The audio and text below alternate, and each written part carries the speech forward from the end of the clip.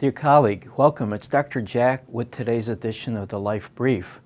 And this is going to be Method D, Stop Making Yourself Miserable. In particular, I'm talking about changing the relationship to your thoughts. I think this will be appropriate to you if you engage in any of the following thought behaviors. Is your head ever so full of thoughts that you're just exhausted and you feel like you just can't stop thinking? Do you ever feel like you worry too much and you just can't control your thoughts? The worry just keeps going on and on? Or is your self-talk too harsh? Do you beat yourself up? Well, if you have any of these issues, I think what I'm going to tell you today may be useful to you, and you'll let me know whether it is or not. So many of us engage in maladaptive strategies where we use the distress-inducing thoughts to control distress-inducing thoughts. All right? So it's like pouring gasoline onto the fire in the hopes of putting it out. Let me give you some examples. So one of these maladaptive thought strategies is called cognitive punishment. So let's say you're procrastinating. Maybe it's for your board exam or just whatever, doing some chore, catching up on your charts. And so then you beat up on yourself. What kind of jerk are you, Jack? I mean, why can't you get anything done? And on and on and on. I'm pretending it's tough love or something. It clearly doesn't work. It's demoralizing, but I keep doing it. And then it's like I'm constantly I'm being victimized, and I'm the victimizer at the same time. Does that make sense? I mean, I'm one person, and yet I'm both like beating up. I'm the person beating up on myself, and then I'm the person who's beat up. So it doesn't really work well, not in the long term at least.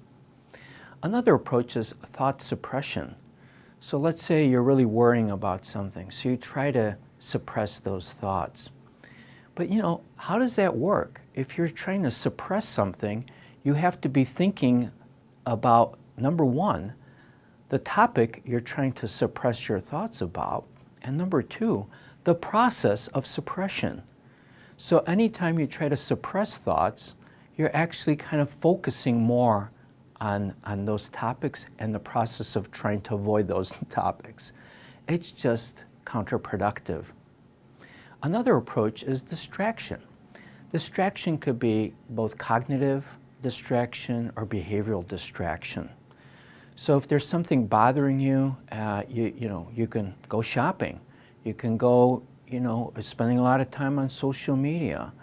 You could, spend time like a lot of people have problems with online porn or something like that. Just something that's for that person is going to seem more compelling at the moment than the topic of their worries, right? It can't just be any kind of thing because it won't be really effective. It's got to be something at the moment that's going to be more compelling. But as soon as there's a break in the action, right? As soon as there's downtime, whether you're driving home from your shopping trip or whatever it is, what happens? Then that topic of your worries, whatever it is that is the focus of your thoughts, just comes flooding right back, because what you were doing, you were in a way at some level clear that you were distracting yourself, right?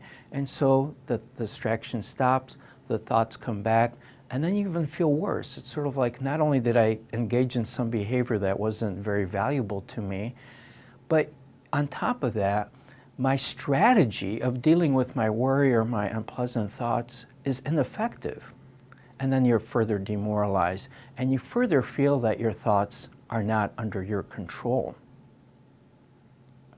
So another one, and this is the fourth kind of maladaptive strategy, is worry.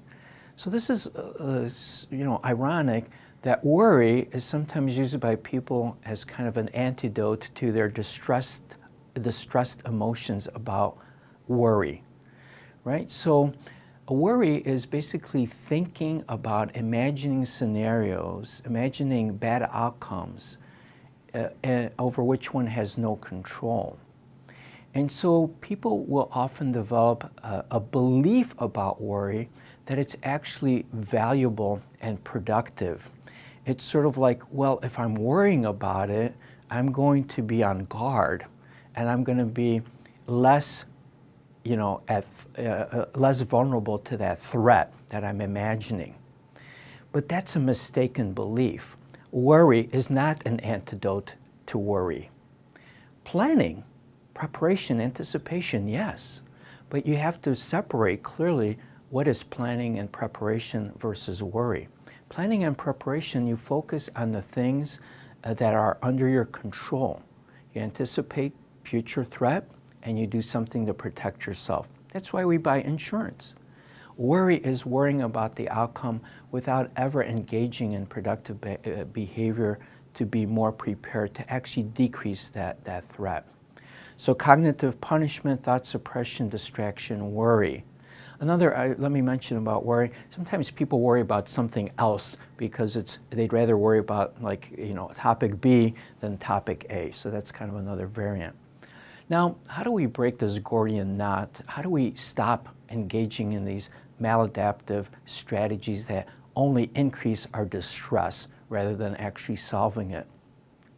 Well, let me share with you the lessons from several psychotherapies that we use in psychiatry. And the first one is cognitive behavioral therapy. And then there's a whole slew of somewhat newer therapies, such as metacognitive therapy, acceptance and commitment therapy, dialectical behavior therapy, and then also a mindfulness-based psychotherapy. So what all of these therapies have in common is they train the person to, in a way, separate themselves from their thoughts and kind of have an observing self that looks at their thoughts and evaluates those thoughts, right? Now this is where then CBT separates itself from the other therapies. So after someone is looking at their thoughts, in CBT they're taught to evaluate and challenge their thoughts. And one elegant technique is to imagine the opposite of whatever that illogical or negative thought is. And then to ask yourself, which outcome is more likely?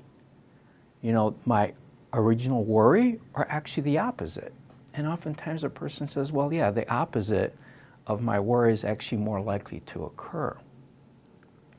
All the other therapies, metacognitive therapy, ACT, DBT, and mindfulness-based psychotherapy, what they have in common is, yes, they also have a person look at their thoughts, separate themselves from it, have an observing self.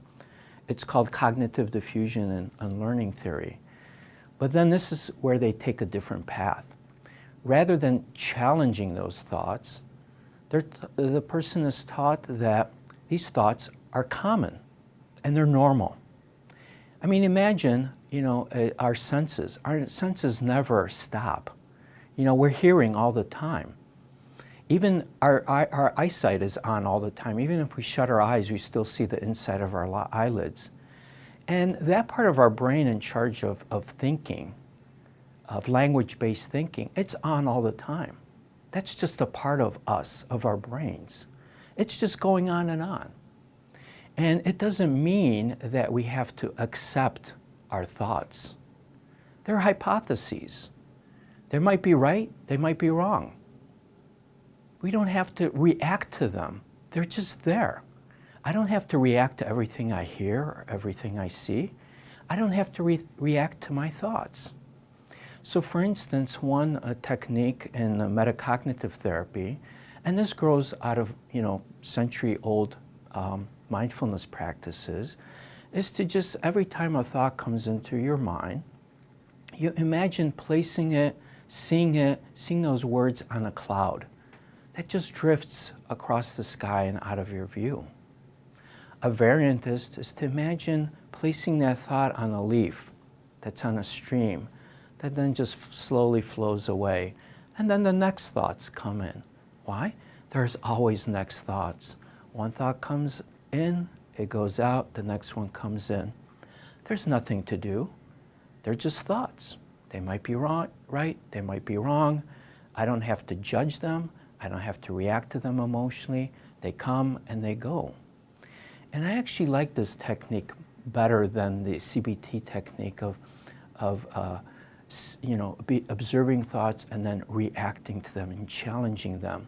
Because when I'm challenging a thought, I'm more focused on it, and then it's sort of like, then I'm in a battle. Well, I'm challenging the thought, but then kind of like the other part of me is saying like, no, this worry is legitimate. No, it's not legitimate. You're exaggerating, Jack. No, it's real. Come on. And all of a sudden, I'm back to being in a battle for myself.